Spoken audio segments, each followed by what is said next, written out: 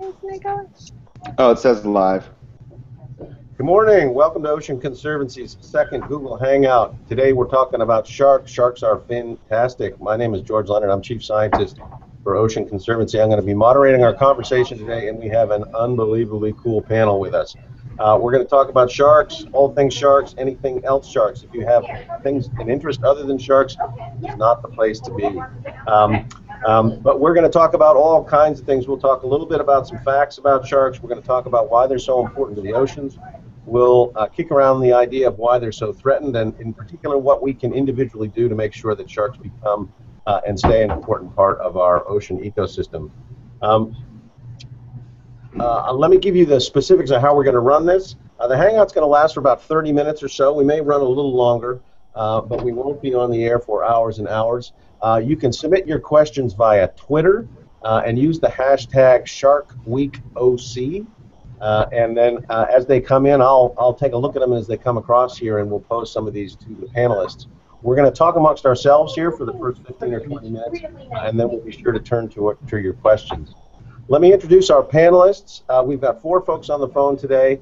Many of you may recognize them. They're quite active in this space. First, we've got David Schiffman, who's joining us from Scotland. He's at the International Marine Conservation Congress, where he's presenting some of his research there. You'll notice that you only have his voice, not his face today, because we've got limited bandwidth in Scotland.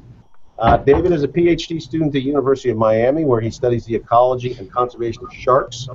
He was named the 2013 Florida Marine Science Educator of the Year, and as you might be well aware, he is very active on Twitter and a range of other social media channels. We also have Juliet Elperin, and after spending nearly a decade at the Washington Post covering the environment, she's now a White House correspondent there. She covers a range of subjects, including climate change, the oceans, foreign policy, healthcare, pretty much anything that happens with the president. Juliet's the place to go. In addition, you may not have read her book yet, but if you haven't, you should. It's called Demon Fish, Travels Through the World of with Sharks, and it was published by Pantheon in 2011. Much of what she said in 2011 is still true today in 2014. We also have Dr. Joe Quattro, who's a professor of marine science at the University of South Carolina.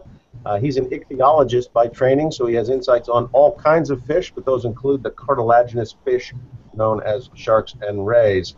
And Dr. Quattro was the lead of a team that actually discovered a new species of hammerhead shark, the Carolina hammerhead shark, using some really modern, cool genetic techniques. And last but not least, we've got Austin Gallagher, who is a conservation biologist, also at the University of Miami, who studies how species cope with changes in their environment, including climate change. He's currently finishing his doctoral degree, and he's also a founder of a really cool outfit called he's the president of Beneath the Waves, which is a nonprofit organization that does a lot of social media outreach, including putting together events to educate the public on a range of marine conservation issues. So that's our crew for the day, and let's just jump right into this. I've got a series of general questions which I'll pose to you guys, and we'll kick some of these ideas around. As we know, during Shark Week, there are lots and lots of myths out there about sharks. And this crew is really a bona fide group of shark experts and scientists. And so I would ask you, what's the biggest myth that you think is out there about sharks? Or flipped around the other way, what is sort of one of the most kind of the coolest facts about sharks that people wouldn't generally know? And David, why don't we start with you, and then we'll move into the rest of the group. Sure. Well, one of the biggest myths that people have about sharks is that sharks are a serious threat to people. That if you go in the water, an evil shark is going to hunt you down and hurt you, and therefore maybe we should kill sharks. In reality, there's a list of things that kill a lot more people than sharks include cows, vending machines, toasters. They're just not a serious threat to people, and in fact, humans are a lot better off with healthy shark populations than we are without them. Great. Well, you know, maybe next time we'll have a whole hour-long conversation on how you're more likely to get killed by a cow than a shark.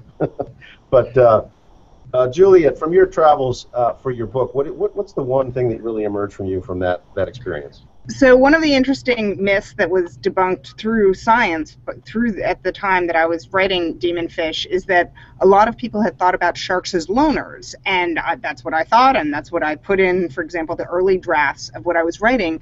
And what's interesting is that over time, both talking to scientists and through research, I found that it really depends on the species, and there are some species that absolutely travel in larger groups, whether you're talking about female hammerhead sharks when they're ready for mating, or lemon sharks. There's some interesting research that was done in Bimini in the Bahamas about how juvenile lemon sharks have actual social networks in the way that you would think of almost, teenagers and young people having social networks, partially because they're abandoned by their mothers shortly after birth.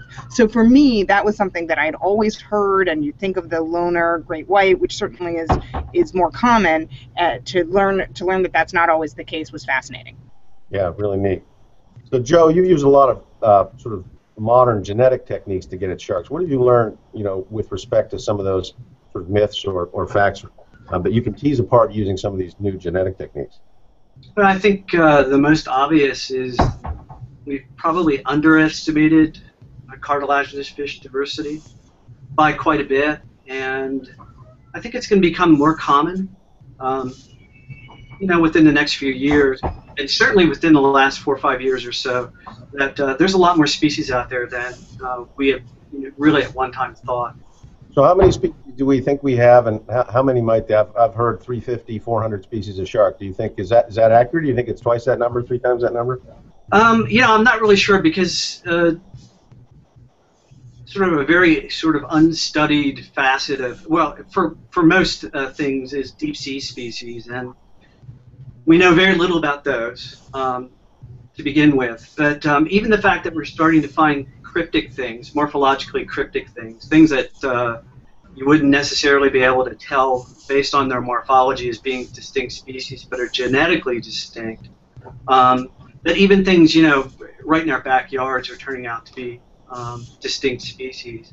So, if you sort of drag that out to, environments that we know very, very little about, like the deep sea, I think, cryptic speciation is going to be a big issue. It's an issue now, but it's going to be more of an issue in the future. Right. So be careful what you look at, because there might be a lot more diversity than you think there is. Absolutely. So, Austin, you've done a lot of work in this question of how sharks relate to their environment. What's your take home there in terms of what people don't really understand about that? Yeah, well, sort of building on what Dr. Quattro said, yeah, there's a lot of stuff that we're learning daily through the use of these really advanced technologies that's furthering our understanding of sharks. And I think one of the really neat things is that certain species and certain individuals actually are very specific in how they make a living. For example, we're learning a lot more now about something called natal homing, which is sort of a theory that sharks will actually go back to give birth in the same place where they were born. And that's a really, really cool and amazing discovery. That's interesting. I mean, we typically think of that as a major feature of life history of salmon, of course. But you're suggesting that similar kinds of things may be happening with a species of fish radically different than salmon. Absolutely. Cool. All right. That's interesting. So let's segue a little bit, picking up on this issue of what might be threatening sharks. We often hear that the abundance of sharks are a small fraction, 2 to 4% of historical abundance.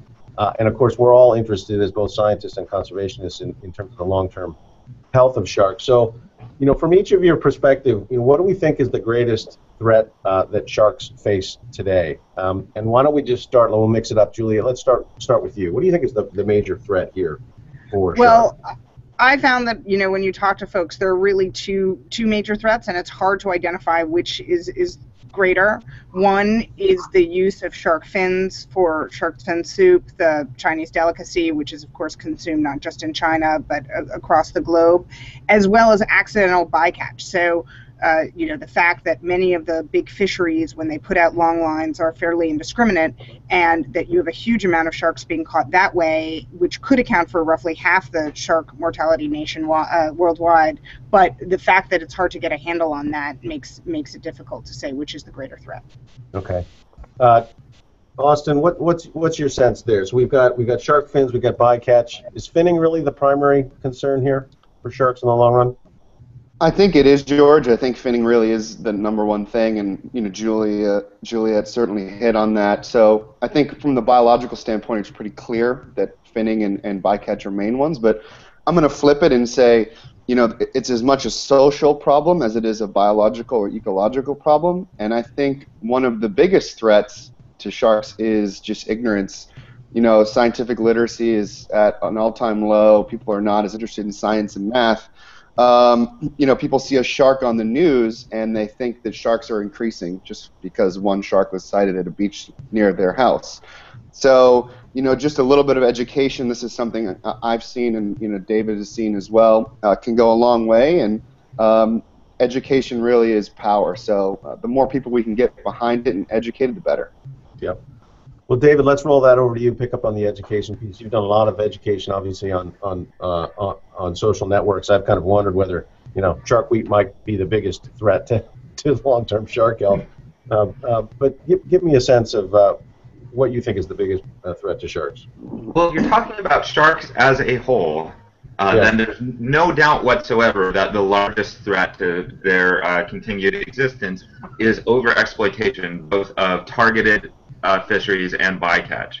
There are some species for which things like habitat destruction play a larger role. There are some species for which other threats play a larger role. But if you're talking about sharks as a whole, it's overexploitation, both intentional commercial catch and bycatch.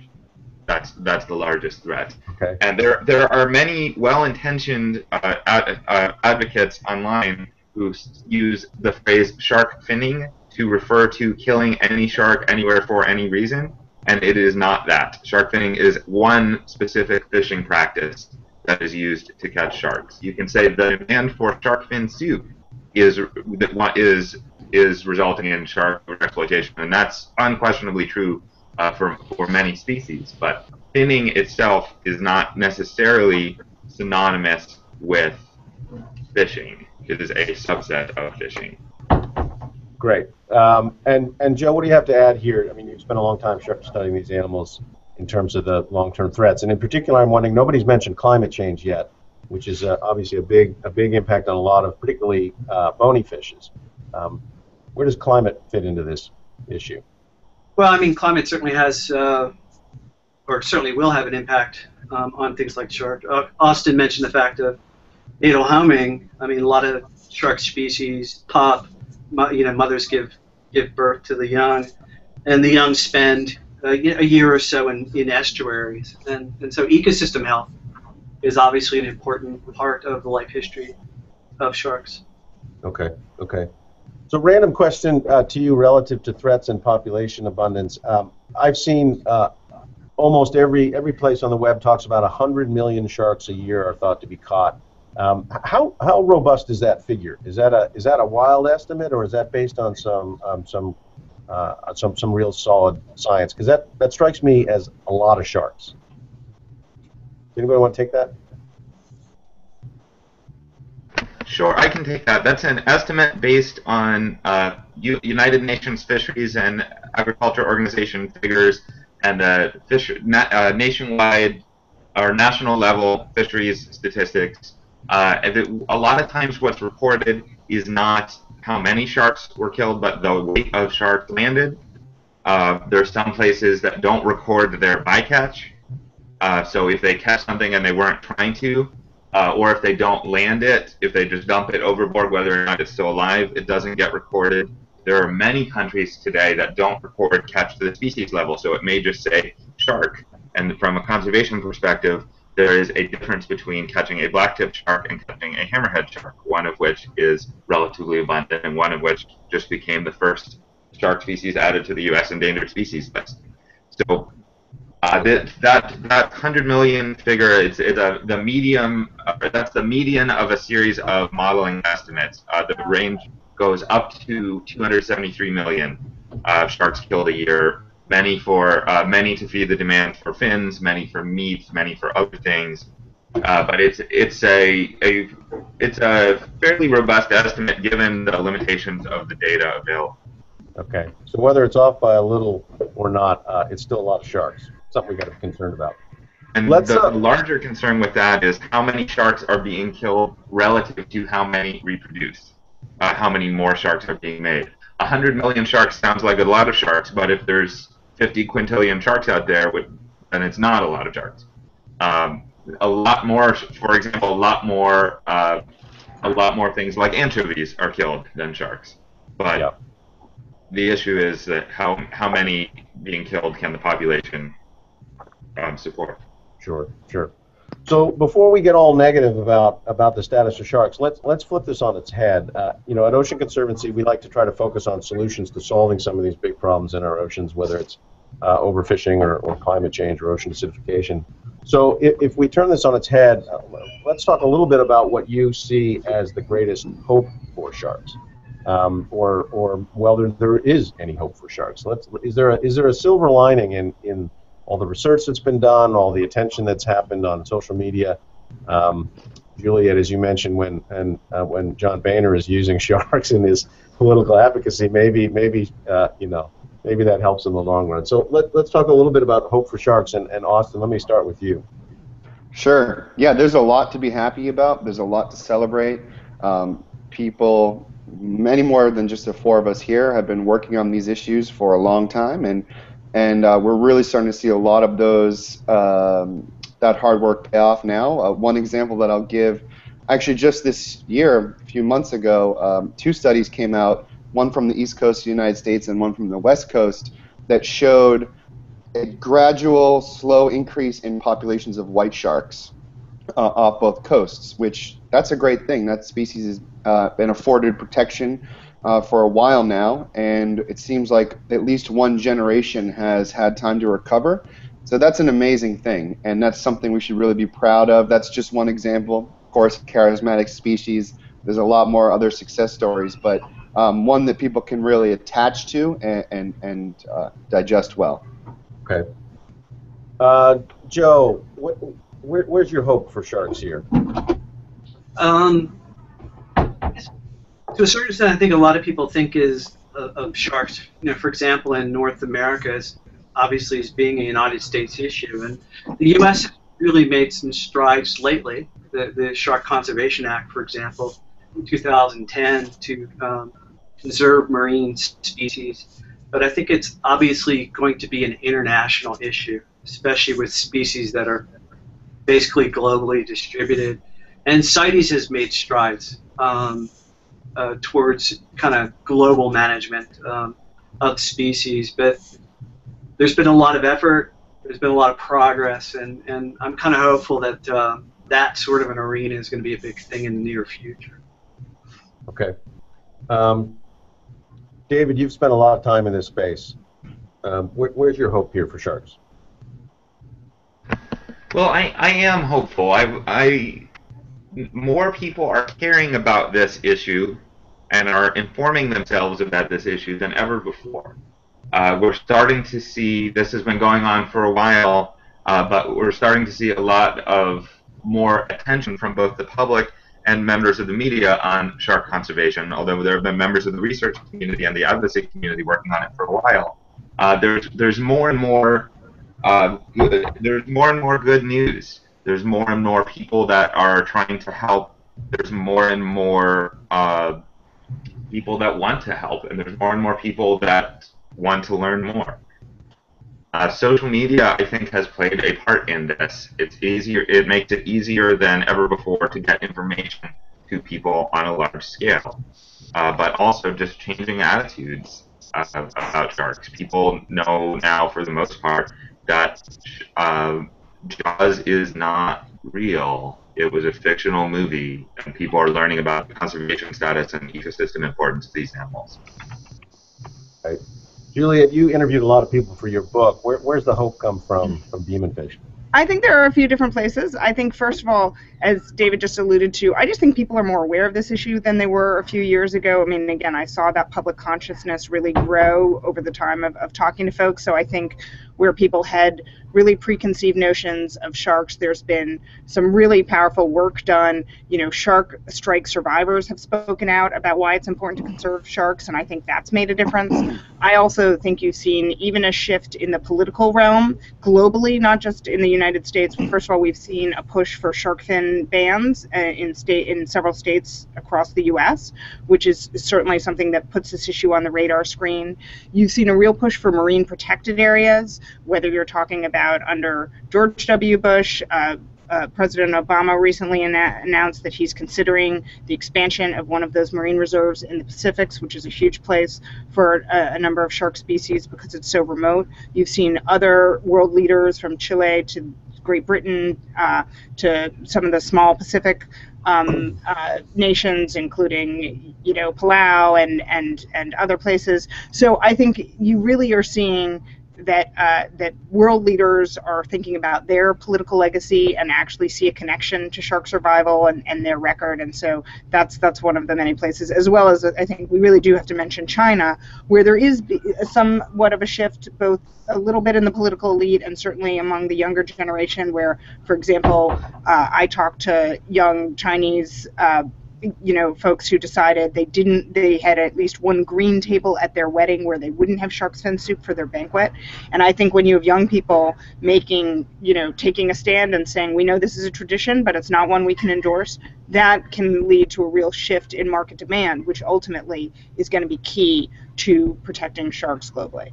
Okay, great. So let's actually pick up on that, because I'm watching the questions come through Twitter here, and let's sort of try to address that. There's been a series of questions specifically on this issue of shark fins and shark finning. So let's try to lay out some facts on that piece. The questions sort of center around: is there a ban on shark finning in the U.S.? Are there bans internationally? Where is shark finning still legal and not legal? David, you want to take that one? Sure. There is a ban on shark finning in the United States, and has been for a while, since the early 1990s, the Atlantic Shark Fisheries Management Plan. There's a huge loophole in this for smooth dogfish, which is a problem. So there's a public comment period is about to open up that will allow concerned citizens to say, hey, maybe we shouldn't fin any sharks, including smooth dogfish. There is not a U.S.-wide trade ban on the sale of shark fins. So there are some particularly threatened species of sharks that have protections that it's illegal to kill them or sell their products. There are some states that are banning the sale of shark fins, and though some of them do not include dogfish in those bans. Okay. Internationally, there are some fisheries agreements that ban finning, and many other countries have banned finning. Okay. So if you're a consumer, so help me understand this. If you're a consumer in the U.S., is it possible to still buy shark fins? Absolutely. In most states. There are some states where they ban buying or selling or trading shark fins, except dogfish. They're often exempted from this. But there's a place not far from my apartment in Miami where you can get shark fins too. Okay. And Juliet, or maybe Austin, would love your perspective on sort of a little more on kind of what the role of the individual consumer is on the shark finning piece. Whether that's here in the U.S. As maybe a leadership role, or you touch base a little bit on China. Give me a little more context to sort of how individual purchasing decisions help drive this issue. Well, one thing I would say is that, all consumers should be conscious of the kind of fish they eat. One of the things that they can do to have the greatest impact is not just to obviously not eat shark and not eat shark fins, but to look at, if you're buying swordfish, keep in mind that depending if that's caught in Nova Scotia, a lot of people call that a blue shark fishery, because the number of blue sharks that are caught outnumber the amount of swordfish that's caught by a considerable amount. And so one of the things is, when you look for sustainable seafood, that's a way of indirectly protecting sharks. Okay. Joe or Austin, you guys have anything to contribute on the question of shark finning and how we think about that as both a policy issue but also as a seafood choice issue? Yeah, just real quick, I can say one thing. There's actually been some really amazing research conducted in the last decade that's actually used genetic techniques, and I'll let Dr. Quattro follow up on this, genetic techniques to identify the species that the fins came from. So, after these fins are cut off the sharks and dried, sometimes identifying them, unless they're gross morphological anomalies, it can be difficult. So that's been a really powerful tool in actually helping to track the trade. That's built off those estimates from 2006 that we were talking about earlier. Okay. Joe, do you want to pick that up? Yeah, I mean, certainly there's genetic keys out there for identifying fish fins. Obviously, once it's disarticulated from the shark itself, a little bit difficult to match back to the species. There's also some morphological keys, too, based on the shape of the fins, that in some cases is also diagnostic for species. Obviously doesn't require as much effort, as much cost as doing the genetic work. Mm-hmm. Okay. So my sort of last question here, the kind of broad question that we're close to the bottom of the hour, is it kind of picks up on the shark finning and sustainable seafood piece, but it's what can individuals do to help ensure that sharks continue to be an important part of our ocean ecosystem. I'd love to sort of see if we could put together kind of an actionable to-do list that folks can do, whether that's generally or specifically with upcoming advocacy efforts or opportunities for public comment in fishery management councils. Let's just sort of try to develop that list. And Julia, do you want to start with you? Why don't you actually? I would suggest maybe David or Austin could start, just because they probably have been focusing on that more recently. So okay. I'm happy to add. Sure, David. Sure. So the most important thing that people need to do about this is to learn about it. So the folks watching this hangout are following us on social media or reading articles and books written by the panel here, are doing the important first step, because this is we call this the worst environmental crisis you've never heard of. There's a lot of very, very smart people, people that are very plugged into environmental and scientific issues, that haven't heard things like 24% of all species of shark, skates, and rays are considered threatened with extinction by the IUCN Red List. That's a shocking figure, and people don't know about this. Other than that, I'd say support sustainable seafood, including things that have low or no bycatch of threatened species. And if you want to be particularly helpful, there are some wonderful conservation organizations and research labs that certainly wouldn't turn down some funds. All right. Hey, I'm making my list here, so I've got 3. What, Joe or Austin, how do you want to add to that? Joe, you can go ahead and take it, then I'll follow up after you if you like. I think David covered this pretty well. I think education is obviously a really important component of just letting the public know that there is a serious issue out there, and an issue with a group of species that we know in some cases very, very little about. I would say, to really get people out there, people can watch a Shark Week show or watch a documentary or even read a scientific publication and say, this is really cool, I learned a lot, but oh man, what do I do? How can I help 100 million sharks that are being killed for their fins? The world needs leaders, and you don't need advanced degrees or training necessarily to be a leader. So, I would encourage people to be proactive in their own communities, get out there, host an event, host a film screening or a film festival, get people to come to your library. Don't be afraid to reach out to a scientist. All of our emails are on the publications that we write and can be found online. Invite a scientist to come to the local library and give a talk. That's, I think, where change begins. That's great. One question I was going to ask in terms of the education piece, and this fundamental question about sort of basic, true science facts, is what's the best resource on the web for real shark facts? Anybody got a special place to go if you really want to know the truth about what's going on with sharks? I have one. Yep. George Burgess at the Florida Museum of Natural History maintains a shark attack database. So if you want some true statistics and some that'll probably surprise you, that's a very good resource. Okay, great. David, where do you recommend people who are following you, go to get their facts, other than, of course, you? Well, I want to preface this by saying there's a lot of incorrect information about sharks on the internet. Yeah, well, that's what I'm getting at. There's a lot of incorrect information, and the wonderful thing about social media is it gives everyone a voice, and the terrible thing about social media is it gives everyone a voice. And some people believe themselves to be experts when they are not. And that is a big problem for public education and for conservation policy, because there are people advocating for solutions that don't make any sense, in some cases to problems that don't really exist. But I just published an article for Scientific American that was a list of about 75 shark researchers and shark conservationists that you can follow on Twitter for factual information. Great.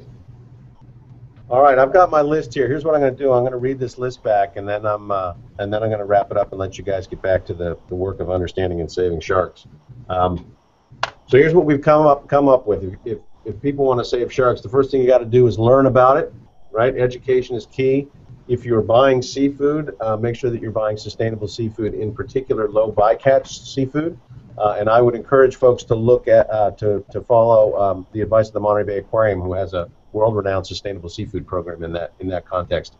If you really want to make a difference, you can fund individual basic research by these scientists and many others. Read original scientific publications. Be proactive. Reach out to scientists. Host a film screening in your own town. Invite a scientist to come give a talk. Go find David Schiffman's list of 75 scientists to follow during Shark Week. And last but not least, check out George Burgess's Shark Attack database for true statistics. It's not a bad list. I would pipe up on a couple things. I mean, I do think it's important to follow, folks like David, who really is a great, advocate. You can look at shark advocates, obviously the Ocean Conservancy, Oceana, Pew Environment Group, all of them frequently put these issues on the radar screen. And I'd also raise the idea of just posing these questions to people who are making decisions, whether that's in your immediate community, on the national stage. It's become obviously a running joke that I've asked, people running for president and people in the White House what their shark policy is. But when you kind of keep pressing on this issue, it forces people to think about these issues in a new way. So. Yeah, I would totally agree with that. Yep, got to keep it up front and personal. I think if we have a presidential debate around the health of sharks, we'll know that sharks have arrived. That's for sure. All right, listen, I want to let you guys go. Special thanks to all of you, Juliet, Elprin, Austin, Joe, David. Really appreciate all your insights this morning. I encourage everybody to follow them on Twitter. Austin is at Predator Science. David is at Why Sharks Matter. Juliet, I believe you're just at Elprin as opposed to at Juliet Elprin. I'm at George H. Leonard. Joe is not on Twitter. Maybe after today we'll convince him to join the crowd. And I would be remiss if I didn't say follow Ocean Conservancy. And we are at Our Ocean. If anybody's missed a part of this Hangout or wants to see the whole thing over again, we will save it on our YouTube page for others to view it. And thank you again, and enjoy the rest of Shark Week.